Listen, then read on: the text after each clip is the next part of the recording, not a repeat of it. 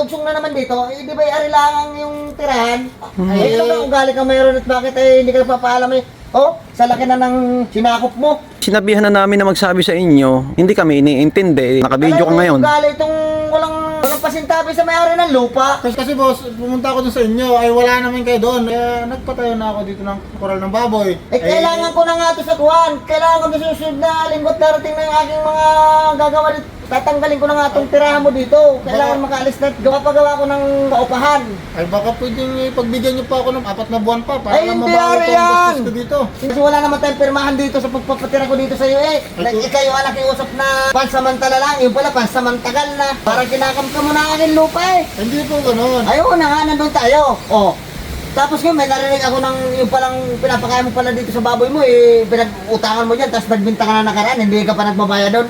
Aba, ay ako ang nasisira sa'yo. Ay ako nga Oo. nalugi. Kaya Ayun na, kung pagalan ko ikaw nalugi. Ang Kaya kailangan ko magbabawi. tumulong ako at papagawa ko na ito sa susunod na linggo. Huwag naman, kailangan ko pa to kailangan ko pa, lugi. Hindi ari, at ako. nakapulong ko na yung kontraktor doon. Yung gagawin itong apartment. Paano ang kural ko ng baboy? Hindi ko pa nababawi ang puhunan ko dito. Eh, Ang hindi baboy ko yan. lugi Wala pa. akong pakalam kung hindi mo mabawi ang puhunan yan. Wala akong pakalam sa ginastos mo dyan.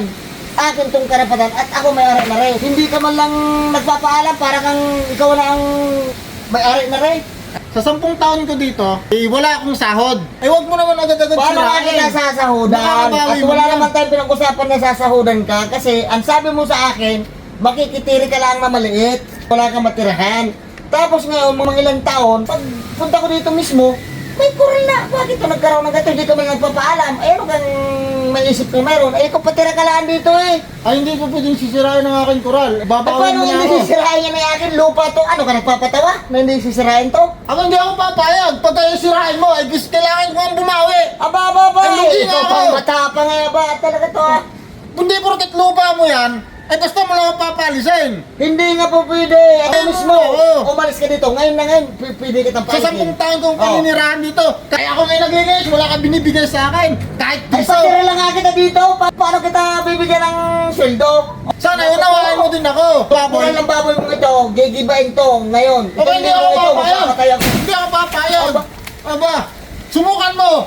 Ano Ang na, dami kong patira utang. lang. Oh, may utang ako doon sundan. Wala Hindi kang ka pakialam. nakakapag- Pumunta ako dito, nakiusap ako na ako'y titira. Tapos, iintindihin Pero mo yan? Ang kapal ng mukha niya? Iintindihin mo yan? Ay, ako nga naglilinis sa 10 taon dito. Ay, dalawang bisis ka lang pumunta. Kahit Kita. isang beses ako pumunta dito, wala kang karapatan tumayo dito ng kural. To, ang Nasa laki ng limang gastos beses ko. ka na daw nagpapaharbis ng baboy dito eh. Tapos yung mga pinapakaya mo, inuutangan mo, hindi mo binabayaran. Pinapakalman ko itong lupa ko at akin to. Kaya, bibigyan kita ng taning hanggang 2 linggo, lumayas ka na dito. Gigibain ko to. Iguwag ka ng makalaga uli. Kumama ka pa ng taga-video mo.